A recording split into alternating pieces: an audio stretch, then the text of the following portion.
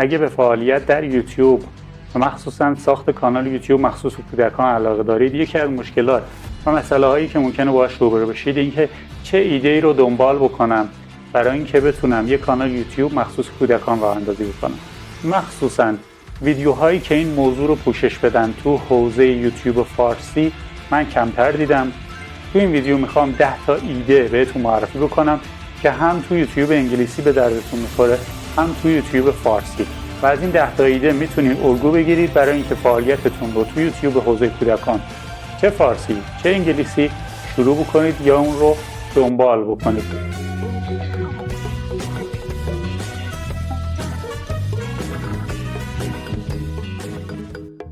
سلام، به کانال یوتیوبر لب خوش اومدید. تو این ویدیو میخوام 10 تا ایده مخصوص کودکان بهت معرفی بکنم. فعالیت تو حوزه کودکان من چندین ویدیو توی کانال یوتیوبر لب قرار دادم.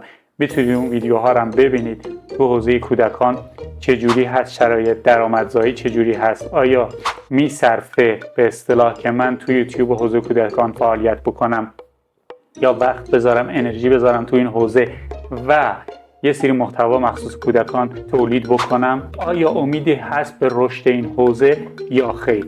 اون ویدیوها رو ببینید. اگه سوال یا کامنت داشتید حتما زیر این ویدیو یا زیر اون ویدیوها بنویسید، برام ابهامی داشتید حتما بهتون جواب میدم. اگه توجه کرده باشید من کل کامنت هایی که میذارید، چه کامنت انتقادی باشه چه کامنتی باشه که لطف کردید و از کانال یوتیوب من حمایت کردید، من با شفاف و خیلی کامل بهتون توضیح دادم یا اگه نیازی بوده یه ویدیو در موردش تولید کردم. الان میرسیم به 10 تا ایده حوزه کودکان که این ایده ها که هم یوتیوب فارسی و هم یوتیوب انگلیسی میتونه داشته باشه. البته رشدش در یوتیوب انگلیسی خیلی بیشتر و بهتره. بریم سراغ ایده ها که بهتون میگم چیا هستن. اولین ایده آشپزی هست.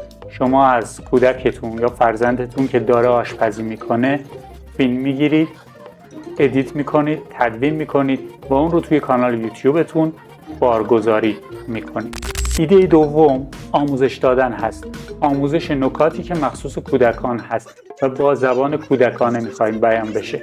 اگه خودتون جلوی دوربین هستید بحثش جداست و اگه فرزندتون جلوی دوربینه اون هم یک فرایند جدایی رو پیش میبره و باید حتما نکاتی رو که در حوزه آموزش قرار میدید ساده و شفاف باشه و برای کودکان جذاب باشه. نکته سوم اسباب بازی یا آنباکسینگ کردن اسباب بازیه. اگه میرین یه اسباب بازی یا وسیله بازی رو تهیه میکنید، میایین اونو جعبه باز کردنش رو جلوی دوربین انجام میدید، فرزندتون با اون اسباب بازی میکنه، دارین همزمان فیلم برداری میکنید و این رو توی کانال یوتیوبتون قرار میدید. نکته سوم کاردستی ساختنه. مثلا کاردسته‌ای که وجود داره پازل ماننده یا لگوها، میتونید اون رو جلوی دست فرزندتون قرار بدید. اگه مهارتی تو این حوزه داره میتونید ازش فیلم بگیرید که داره یک پازل یا لگو رو یا یک کاردستی رو داره درست میکنه و اون رو توی کانال یوتیوبتون به صورت آموزشی هم حتی میشه توی کانال یوتیوب قرار بدید. اگه مسافرتی میرید میتونید از فرزندتون فیلم بگیرید این مسافرت و اون رو توی کانال یوتیوبتون قرار بدید. این میشه ولاگ سفر یا مسافرت کردن یا گردشگری. نکات مطالعه یکی از ایده‌هایی که میتونه توی یوتیوب کودکان وجود داشته باشه، چه انگلیسی چه فارسی. نحوه درس خوندن، نحوه نکته برداری، نحوه پاک‌نویس کردن و اینها رو میتونید توی کانال یوتیوب قرار بدید و به صورت آموزش ساده به کودکان آموزش بدید که چجور این نکات رو موقع مطالعه کردن رعایت بکنن که به رشد خودشون و قبولی توی امتحانایی که دارن کمک میکنه.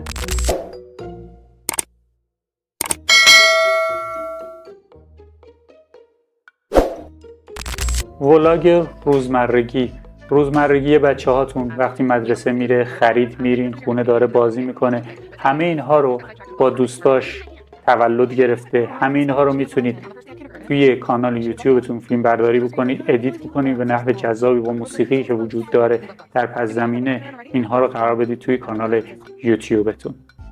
موسیقی یکی از ایده‌هایی وجود داره یا خوانندگی یا نوازندگی.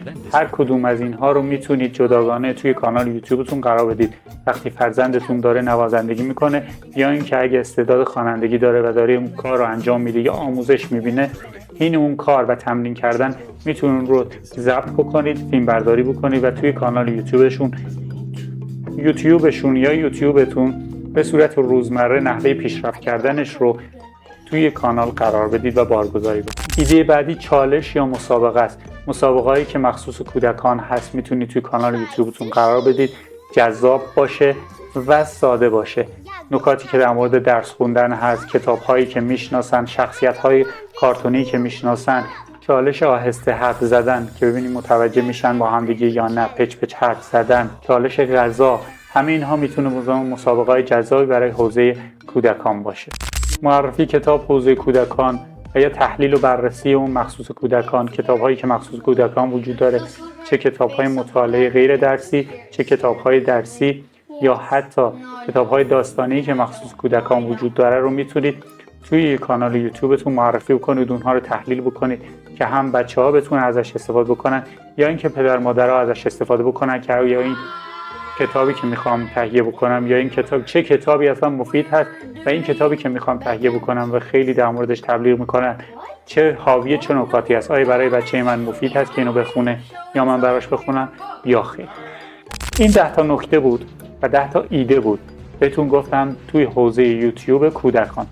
هر کدوم از این ایده ها میتونه چه در یوتیوب فارسی و چه در یوتیوب انگلیسی رشد خوبی داشته باشه. البته به نسبت جذاب و غیر جذاب هم داریم، ولی همه اینها تو حوزه یوتیوب انگلیسی خیلی کانال های خیلی بزرگی وجود داره که دارن فعالیت میکنن و رشد خیلی خوبی داشتن. نکته اصلی که وجود داره یکی استمراره.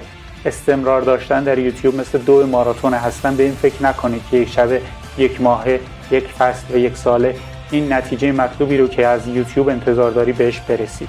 100% باید زمان بذارید، هر روز خودتون رو رشد بدید، هر روز آموزش ببینید، هر روز جلوی دوربین ظاهر شدنتون بهتر بشه، هر روز محتوای بهتر و جذابتری اون چاله‌چوله‌های محتوایی که در حوزه یوتیوب وجود داره رو پر بکنید. اینکه توی حوزه خیلی یوتیوب داره بولد میشه و داره خیلی یک موضوع تو خیلی کانال ها داره ویدیو ازش ساخته میشه و توی یوتیوب قرار گرفته میشه، دلیل نمیشه شما همون ایده رو دنبال بکنید.